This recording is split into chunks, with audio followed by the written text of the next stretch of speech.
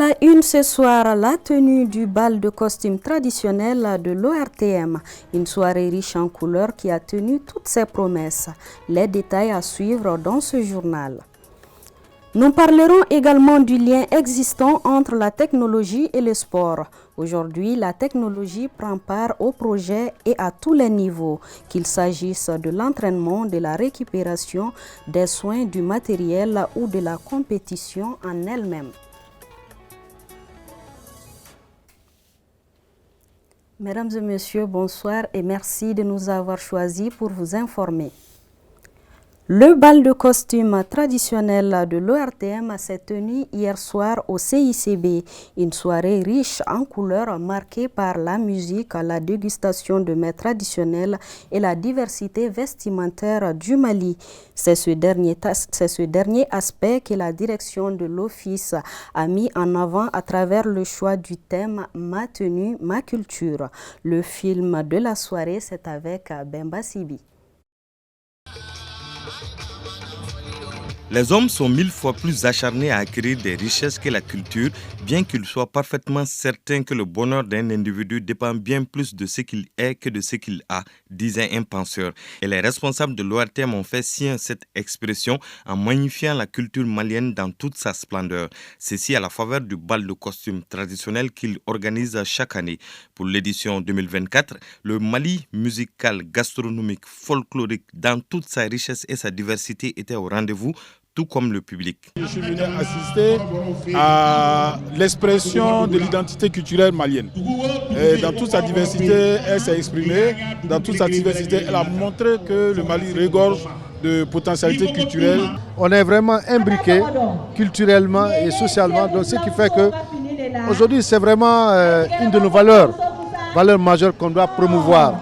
Et il y a le Sinanguya aussi, entre les ethnies, entre les régions. Il y a vraiment ce ciment qui permet aux Maliens vraiment de se retrouver et de s'unir autour de l'essentiel. L'essentiel est que la force du Mali réside dans sa diversité culturelle, une diversité qui doit nous unir. Et c'est l'esprit qui sous-tend cette soirée marquée par des prestations musicales sur 4 scènes, un défilé de mode, la dégustation de mets traditionnels et la lutte. C'est vraiment un mixage de valeurs culturelles et nous apprécions hautement. Je pense que l'ORTM doit poursuivre cette voie pour permettre aux Maliens et aux Maliennes de comprendre vraiment la culture malienne. Et je pense que c'est vraiment une expérience qui est bien pour la jeunesse malienne. Il faudrait qu'on retrouve à nos ressources. Nous sommes à l'heure de la refondation. Et la culture, c'est un puissant marqueur d'identité. La culture, elle détermine le comportement de l'homme. La culture détermine l'être même de l'homme, son essence. Et c'est pourquoi nous pensons que de telles initiatives sont à encourager parce qu'elles nous aident à redéfinir notre personnalité, notre identité. La soirée a servi de cadre pour remettre le prix de Djenebasek Bigini Bagaga, désigné par les auditeurs de la chaîne 2, meilleur artiste de l'année 2023. La culture malienne s'est donc exprimée dans toute sa splendeur et le clou de la soirée a été la prestation de Neba Solo qui a gratifié le public de la diversité des notes du balafon.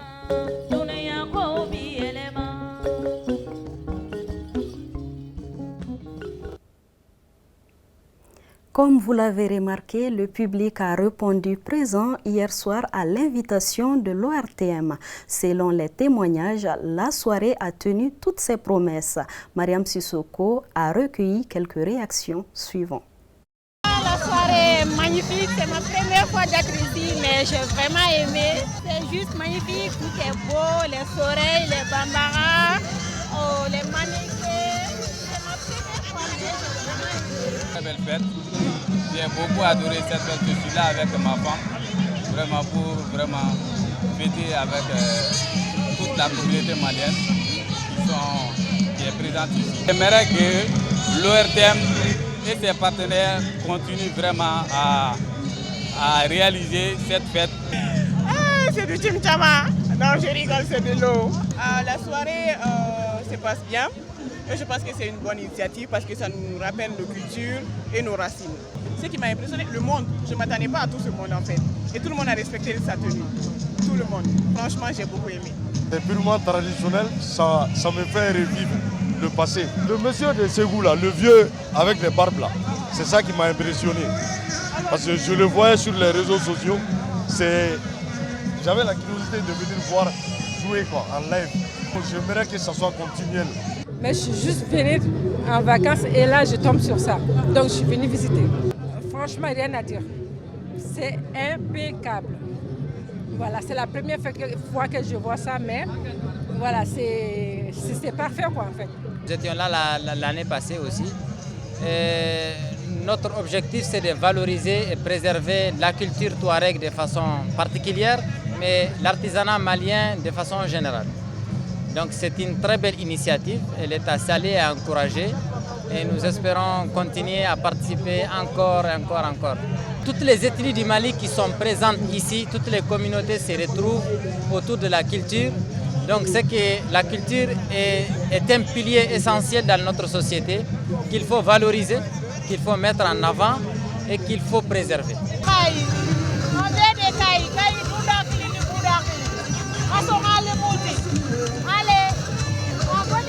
Coutume là, ça soit aller partout. Tu vois, non? Ok. Vous me voyez, non? Tellement que j'ai dansé, vous voyez que j'ai tellement fait. Donc, en fait, même que j'ai acheté ça. J'ai beaucoup dansé, donc maintenant, on a beaucoup admiré. Comme vous voyez, vraiment, on est très contents. Donc, il faut que ça soit continuel. C'est ce que nous voulons aussi. Vraiment, donc maintenant, les tenues traditionnelles, vraiment, c'est ce qui m'a beaucoup impressionné. La tenue d'un événement comme le bal de costume traditionnel de l'ORTM nécessite de gros moyens logistiques. Ainsi, pour garantir une soirée de qualité, la passion du service public a mis les petits plats dans les grands en mettant en place plusieurs dispositifs. Notre reporter Awa Sidibé s'est glissé dans les coulisses de la soirée. Suivant. L'esplanade du CICB se met aux couleurs pour abriter la soirée emblématique du bal de costume traditionnel de l'ORTM. À notre arrivée, plusieurs agents de l'ORTM étaient déjà à pied d'œuvre afin d'assurer la réussite de l'événement. Depuis hier, nous avons commencé l'installation et aujourd'hui, depuis le matin, nous sommes là. C'est une journée non-stop pour nous techniciens. Et bientôt le début.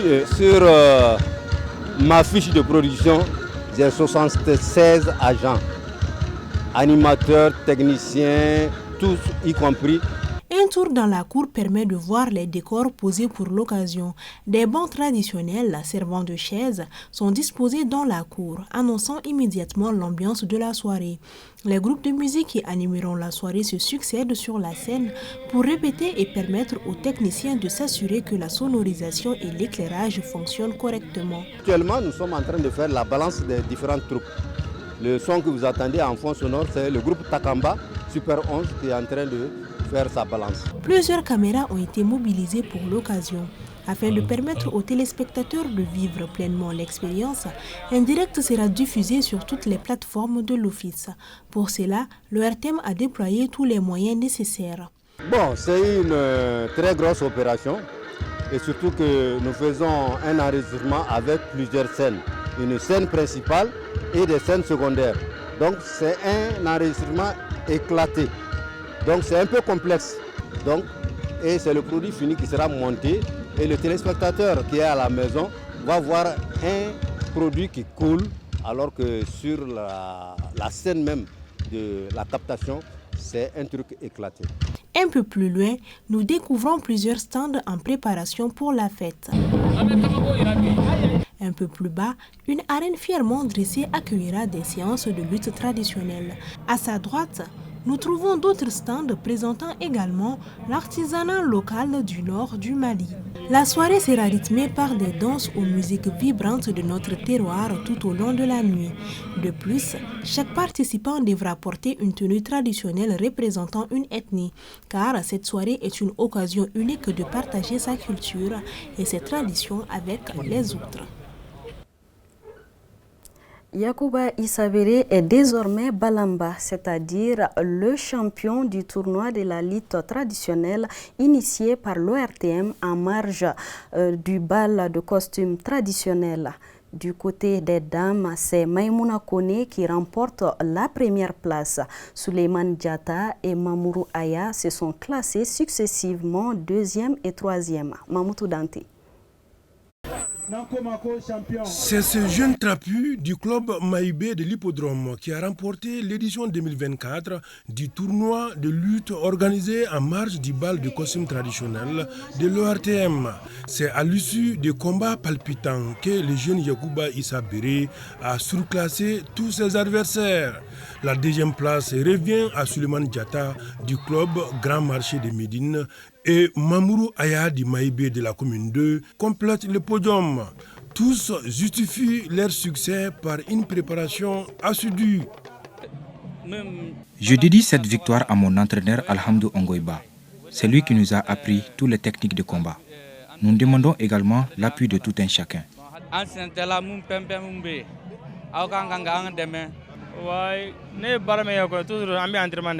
Sans une bonne préparation, il n'y aura pas de victoire. C'est pourquoi je m'entraîne beaucoup. Dans le sport, il y a aussi la chance et Dieu merci, j'ai occupé la 2e place et je suis très content. Sur les sables, le public a eu droit à 40 combats acharnés, des poids lourds, moyens et légers, avec un esprit de fair play et de cohésion sociale. Cette année, les femmes ont été les invitées surprises, une initiative bien appréciée.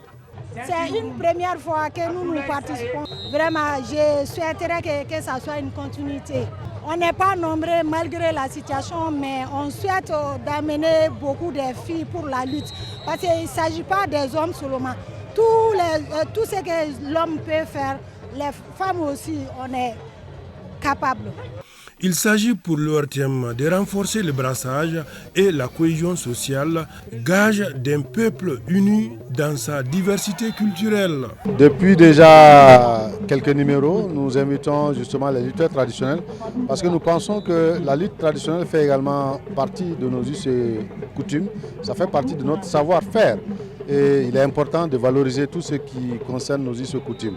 Vous voyez, il y a un grand public qui a fait le déplacement pour uniquement suivre la lutte parce qu'on a compris que ça intéresse vraiment un public et c'est important pour nous de mettre une lumière, une valeur sur ce pan de notre culture et je pense que les jeunes désormais vont justement se tourner vers la lutte parce que si vous regardez dans d'autres cieux, la lutte traditionnelle génère aujourd'hui beaucoup de ressources, beaucoup de sous, donc il est important justement de nous intéresser à ce pan de notre culture et faire en sorte que la jeunesse aussi puisse comprendre ce qui s'est passé avant et ce qui se passe aujourd'hui. Donc nous, on a jugé nécessaire de participer pour accompagner l'ORTM, pour nous aider aussi à faire véhiculer nos messages de la lutte, la discipline de la lutte, les règles et les combats. Et que les publics maliens puissent vraiment savoir là où la lutte se porte aujourd'hui pour faire développer la lutte au Mali. Cette compétition a enregistré la participation de toutes les catégories. Elle a réuni environ 50 combattants des différents clubs de la Ligue de Bamako. Autre sujet de ce journal, dans le cadre de la semaine du numérique, la rédaction de ORTM2 s'est intéressée aux liens qui existent entre la technologie et le sport, particulièrement le football. Hawa Kamisoko nous en dit plus.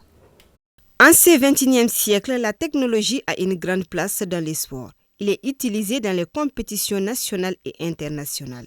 Il est ancré dans la sphère du monde sportif. Le numérique et le sport, c'est deux partenaires, deux choses qui sont liées. Nous, on joue avec les kits oreillettes. Souvent, même il y a les drapeaux des BIP. Il y a des choses, technologie. Même les montres que moi j'ai là, ça on appelle Garmin. Moi, je joue avec ça. C'est purement numérique. Ça donne les fréquences de cœur. Ça te donne à travailler dans un match si tu es fatigué ou bien si tu dois augmenter, si tu diminues. Avec le numérique, ça a de très bons rapports avec le sport. Sans numérique, on ne peut pas faire un bon sport. Actuellement, tout est numérique maintenant, même les sports. Même les balles là, c'est les balles numériques. Il y a le pitch là-dedans. Le numérique aide aujourd'hui les arbitres à prendre des décisions à une fraction de seconde. La VAR est là pour intervenir dans le jeu. Si l'arbitre a fait une erreur, Il est là pour intervenir dans le jeu. Donc la VAR peut changer le résultat du match, obligatoirement. La VAR est là pour aider l'arbitre à faire moins d'erreurs dans un match de football. Avec l'évolution des technologies, ça va vite lors des matchs de football et les spectateurs apprécient à leur manière.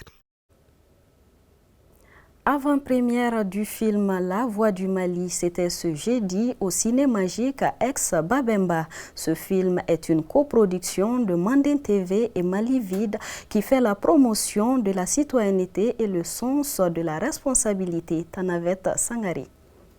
Le Ciné-Magique Babemba a servi de cadre pour la diffusion du premier épisode de la série La Voix du Mali. Nombreux étaient ceux qui ont pris part à cette projection. Ce film s'inscrit dans un programme d'éducation, de sensibilisation et d'éveil de conscience des citoyens tout en promouvant la culture malienne. On voudrait, par le contexte actuel du Mali, pouvoir sensibiliser, éduquer les citoyens à la citoyenneté, à la responsabilité, à l'éveil de conscience, quelque part contribuer aussi à la démocratie et tout simplement aussi faire passer un message sur les bons comportements de nos citoyens pour que le Mali puisse enfin sortir de ce gouffre dans lequel elle se trouve. Et la Voix du Mali, on a voulu avoir un nom, la Voix du Mali notamment, pour pouvoir marquer le Mali ou est-ce qu'à n'importe quel endroit où la série va passer. On voudrait que la série ne soit pas seulement limitée au Mali, qu'elle soit une série qui puisse être vue partout en Afrique, déjà en premier dans la sous-région, où la sous-région, on sait très bien que dans les pays de l'AES, le Burkina, le Niger, vivent les mêmes réalités. Et c'est pour ça que cette série, elle est en 2 langues.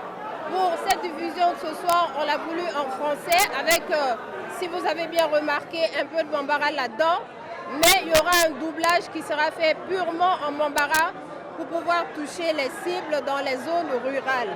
Rappelons que cette production est un partenariat avec la coopération allemande, très investie dans tout ce qui est culture. Cette vision a été une nouvelle fois concrétisée. Et je pense déjà on est dedans dans cette histoire qui va continuer. Et donc on va de notre côté aussi essayer de suivre cette série qui est, je pense, très très bien faite et qui évoque des questions qui se posent dans des quartiers, dans des vies quotidiennes, mais qui peut aussi inviter à des réflexions pertinentes pour résoudre quelques questions. Donc là, je pense que c'est une vraie contribution à la vie sociale, à la vie culturelle, mais aussi au dialogue des acteurs dans les quartiers, des acteurs culturels. Donc ça valorise vraiment l'art du cinéma, l'art de la télévision ici au Mali.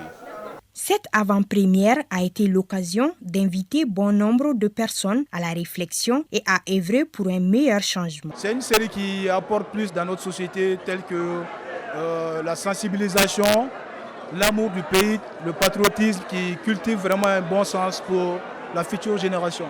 Le film qu'on a vu aujourd'hui est plein de cris de développement, de cris des jeunes. C'est déjà le premier épisode, mais ça nous donne envie d'aller regarder encore les autres épisodes.